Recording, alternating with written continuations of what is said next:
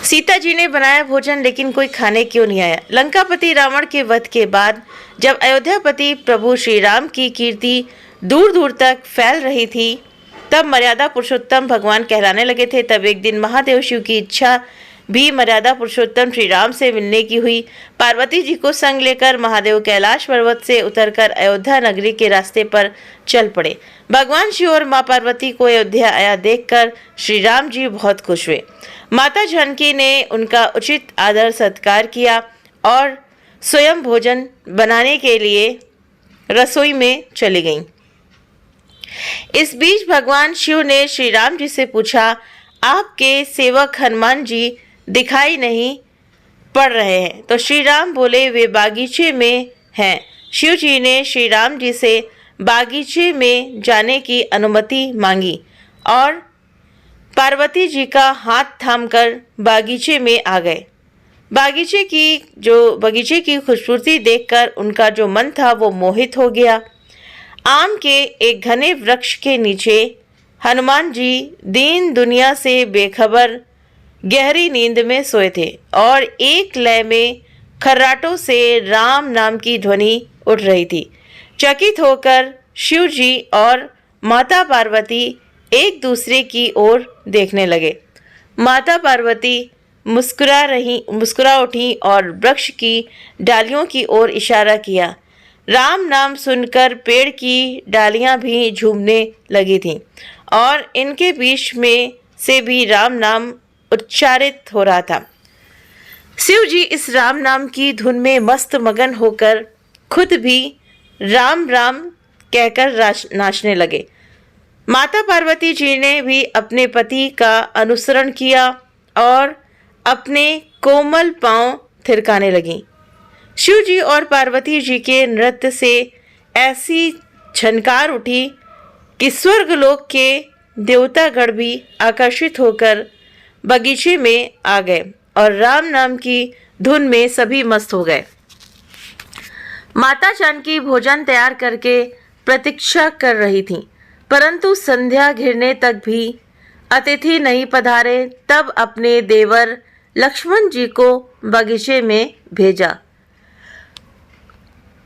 लक्ष्मण जी तो स्वयं को श्री राम का सेवक ही मानते थे, अतः बगीचे में आकर जब उन्होंने धरती पर स्वर्ग का नज़ारा देखा तो खुद भी राम नाम की धुन में झूम उठे। महल में माता जानकी परेशान हो रही थी कि अभी तक भोजन ग्रहण करने कोई भी क्यों नहीं आया। उन्होंने भी राम जी से कहा, भोजन ठंडा हो रहा है, चलिए हम ही जाकर बगीचे में से सभी को ले आएं। जब सीता माता और भगवान राम जी बगीचे में गए तो वहाँ राम नाम की धूम मची हुई थी।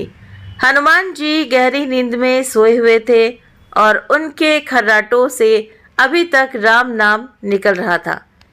श्री राम भाव विह्वल हो उठे। राम जी ने हनुमान जी को नींद से जगाया और प्रेम से उनकी तरफ निहारने लगे। हनुमान जी प्रभु को आया देख शीघ्रता से उठ खड़े हुए। नृत्य का समा भंग हो गया। शिव जी खुले कंठ से हनुमान जी की राम भक्ति की सराहना करने लगे।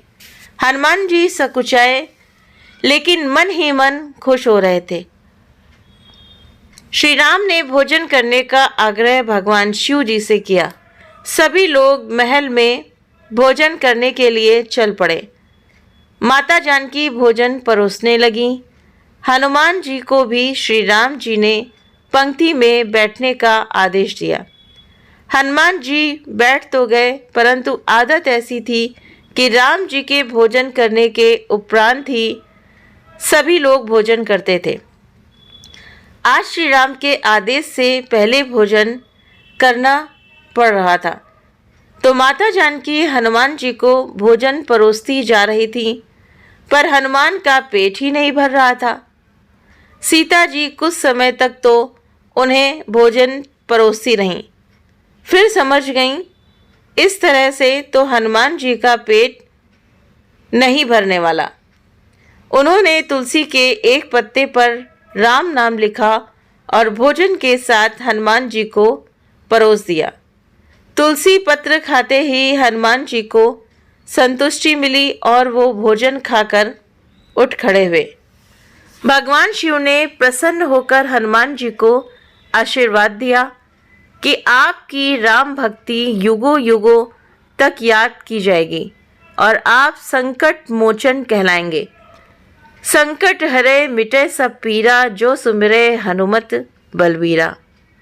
तो इसी वजह से हनुमान की भक्ति जो थी उसी के कारण, मतलब हनुमान जी की भक्ति प्रबल है, आज उन्हीं को संकट मोचन कहा जाता है।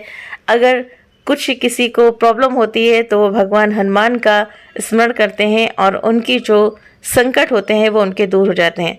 तो उम्मीद करते हैं कि ये कहानी आप सभी को पसंद आई होगी। वीडियो पसंद आया हो तो वीडियो को लाइक शेयर सब्सक्राइब करना ना भूलें। आप अपने कमेंट करके भी हमें ज़रूर से ज़रूर बताएं कि आपको ये कहानी कैसी लगी। तो आप सभी के कमेंट का हमें रहेगा इंतज़ार। आप सभी के सहयोग के लिए बहुत बहुत धन्यवाद।